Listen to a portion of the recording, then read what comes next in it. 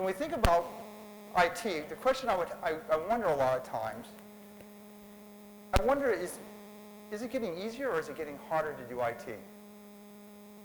I remember when I first got in IT many, many years ago, it seemed like it was super complicated. Everything was complicated, whether I was connecting front-end processors to mainframes. It was very, very complicated. You had to have tons of knowledge to make it happen. Today, people walk into Best Buy and buy stuff and bring it home and they create a network. So is it easier or is it more complicated? So why are we here today? You guys have choices to do to spend your time. So why are you here today? Well, let me tell you why I'm here today. I want to be a catalyst.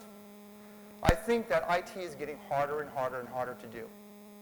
And we need to think about IT differently. We have to shift our perspective on how we deal and address with IT. It has to be different. So we have to change. And I want to be the catalyst to help IT as an industry change the way they think. I want to be a catalyst to help you change, to be more successful in what you do at the end of the day. So that's why I'm here. I'm here because IT is getting harder, or I believe it's getting harder, each and every day. So how many people in the room, can I get a show of hands, how many people think IT is harder today, and it's harder to do it right than it was 3 years ago, 5 years ago, 10 years ago?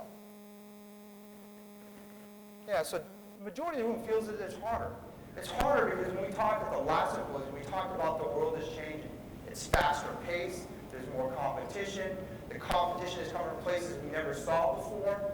We're seeing a greater demand of businesses want IT to make themselves more productive, more efficient.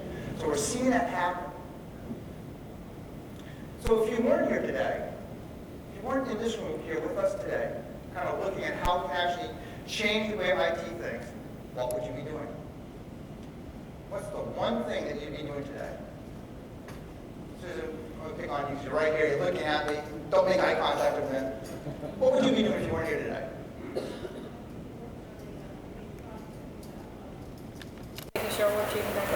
Okay. Who else? Who else would be doing? What's the one thing you'd be doing if you weren't here today? Emails. Bruce. What's that? Writing orders. Writing orders. Hopefully to Adrian. You can write them here at the desk. We'll get you a pen and everything. Okay. Got one right there. What I believe is I believe most of us would be in the office today and we'd be fighting fires. You agree with that? We'd plan to work on that project and someone would come by and they'd interrupt us. We get an email that this is the most urgent thing, drop everything we're doing, but we'd be out there fighting fires from start to finish. And IT spends a lot of time fighting fires. It's hard to get out of this firefighting mode.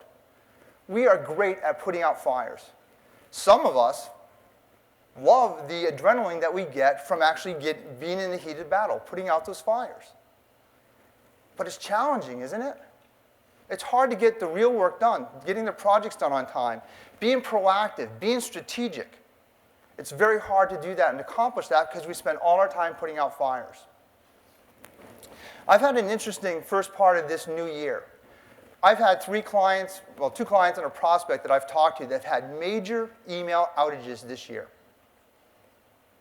And both of them, all 3 of them, have been down for more than 6 hours. So it took them 6 hours from the time it went down to get it back up or more. So think about it, email being down for 6 hours. How many of our businesses would just stop working? We couldn't even communicate.